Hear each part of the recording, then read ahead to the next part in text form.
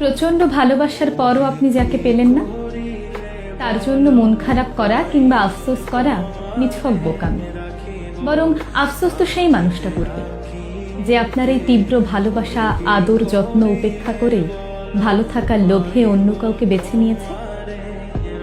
ভালোবাসার মানুষকে মুক্ত করে দিতে হয়, যাতে করে সে অন্তত বুঝতে পারে পৃথিবীতে আর কেউ তাকে ঠিক আপনার মতো করে ভালোবাসে কিনা, বোঝে কিনা। আর যখন সেই মানুষটা সারা পৃথিবী ঘুরেও আপনার মতো আর কাউকে খুঁজে পাবে না, তখন সে চরম আফসোস করবে। আপনাকে কষ্ট দিয়ে অন্য কারোর সাথে সেও কিন্তু সুখী হতে পারবে না। হয়তো আপনার সামনে ভালো থাকার অভিনয় করবে, কিন্তু মনে মনে সে আফসোস করবে। পৃথিবীতে সত্যিকারের ভালোবাসা এখন সত্যিই দুর্লভ। আর যে কারো ভালোবাসাকে অবজ্ঞা করল, সে নিজেও কোনোদিন ভালোবাসা পাবে না। কারণ ভালোবাসার মধ্যেই যে প্রকৃত সুখ নিহিত, তা অনেকেই জানে না।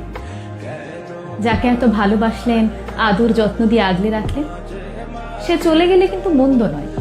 কারণ যে নিজের ভালো না বুঝে আপনাকে তীব্র আঘাত দিয়ে নিজে একটু সুখে থাকার লোভে অন্য কাউকে বেছে নিয়েছে, তার সঙ্গে ভালো থাকার আশা করা যায় না, ভালো থাকা যায়ও না। একটা কথা মনে রাখবেন, যাকে তীব্রভাবে ভালোবাসা যায়, তার চেয়েও যে তীব্রভাবে ভালোবাসে তাকে হারানোটা অধিক যন্ত্রণার, বেদনার। এখন আপনি আপনার ভালোবাসার মানুষকে হারিয়ে যে তীব্র কষ্ট পাচ্ছেন, তিলে তিলে নিজেকে শেষ করে দিচ্ছেন, একটা সময় সেই মানুষটা তার দ্বিগুণ কষ্ট পাবে। আপনি তাকে যে ভালোবাসা, আদর, যত্ন দিয়েছেন তার কথা মনে করে। ভালোবাসা আর সময় কারো কাছে নিজের দেনা পাওনা রাখে না, সময় বুঝে সুদে আসলে শোধ করে দেয়। অতঃপর আপনি তার স্বার্থপরতার কথা ভেবে একটা সময় পর আপনিও নিজেকে বদলে নেবেন।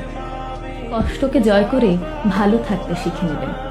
আক্ষেপ আর আফসোস তো সেই মানুষটার জন্য যে আপনার এমন ভালোবাসাকেও মূল্যহীন ভেবে নিজেকে বিলিয়ে দিয়েছে অন্য কারো কাছে।